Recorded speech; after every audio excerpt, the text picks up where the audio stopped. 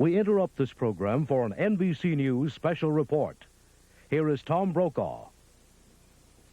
Good morning, everyone. I'm Tom Brokaw in New York, and President Bush is scheduled to hold a news conference on very short notice in the White House momentarily. He'll face tough questions today on the U.S. role in the failed attempt to overthrow General Manuel Noriega in Panama last week.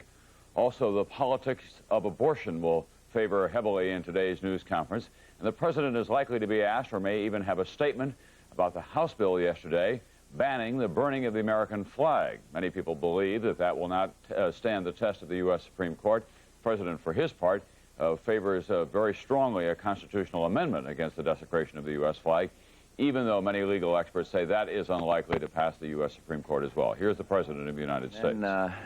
Some time constraints. Be glad to answer a few questions. I believe that the American flag is a unique and special symbol of our nation, and it should be protected from desecration.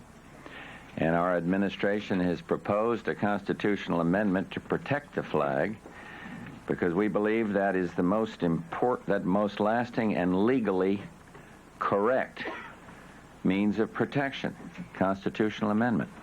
And yesterday, the House of Representatives agreed to a Senate bill providing statutory protection for the flag. And when this measure comes to the House, I will allow the bill to become law, but without my signature. And I'm withholding that signature to signal our belief that a constitutional amendment is the best way to provide lasting protection for the flag. We will continue to work for such an amendment. And I can understand the rationale of those who voted for this legislation, but in my view, it is not the ultimate answer, and therefore I will not put my signature on the legislation. I would now be glad to take questions, all of which I'm sure will be on the flag. Helen. Sorry to disappoint you, Mr. President. You have said on several occasions that you knew everything at the time of the Panamanian coup, and you didn't feel that there were any really problems in retrospective.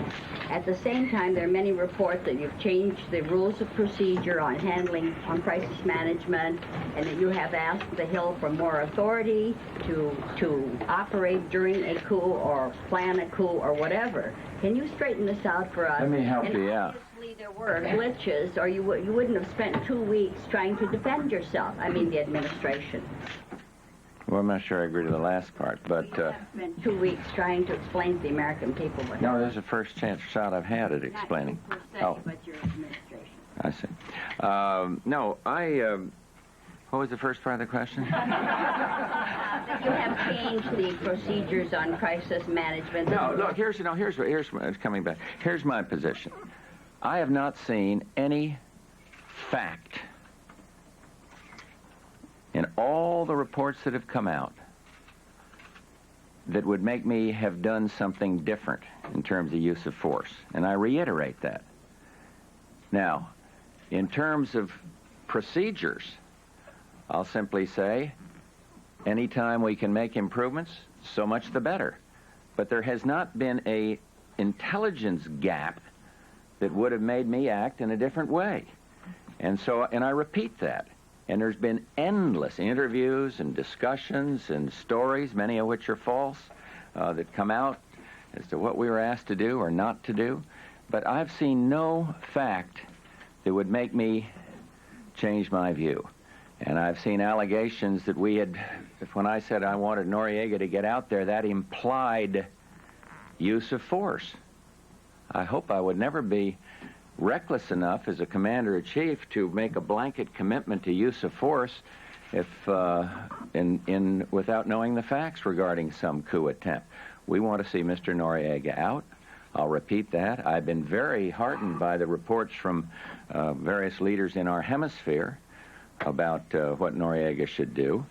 But I don't see any serious disconnects at all. And if we can fine-tune our crisis management system, so much the better. And I think that's what you're reading about now. Have you asked for greater authority from the intelligence committees to act in the case of... No, I have not, but we had a very good meeting with two leaders of the Senate Intelligence Committee, Boren and Cohen, the other day, but I have not asked for that. We may. Power you have. Well, I want as broad a power as possible, and I think under the Constitution a president has it. But I'll be working with has broad powers, broader than some in the Senate or the House might think. I may have a difference with some on interpreting what the powers of the president might be. But I want to work cooperatively with these committees, and it was with that in mind that we invited Boren and Cohen here, but I've not made specific requests of them. We might do it, but we have not done it yet. Yeah, Terry. Mr. President, Democratic leaders in Congress are urging you not to veto legislation that removes a ban on federal financing of abortions for the poor. House Speaker Foley says your position is harsh, terribly harsh, on the poorest, most vulnerable American women. Will you let that legislation become law? My position is well known and well stated, and right now there is some negotiation and discussion going on. I have not read the conference language, and so we're going to be meeting with some of the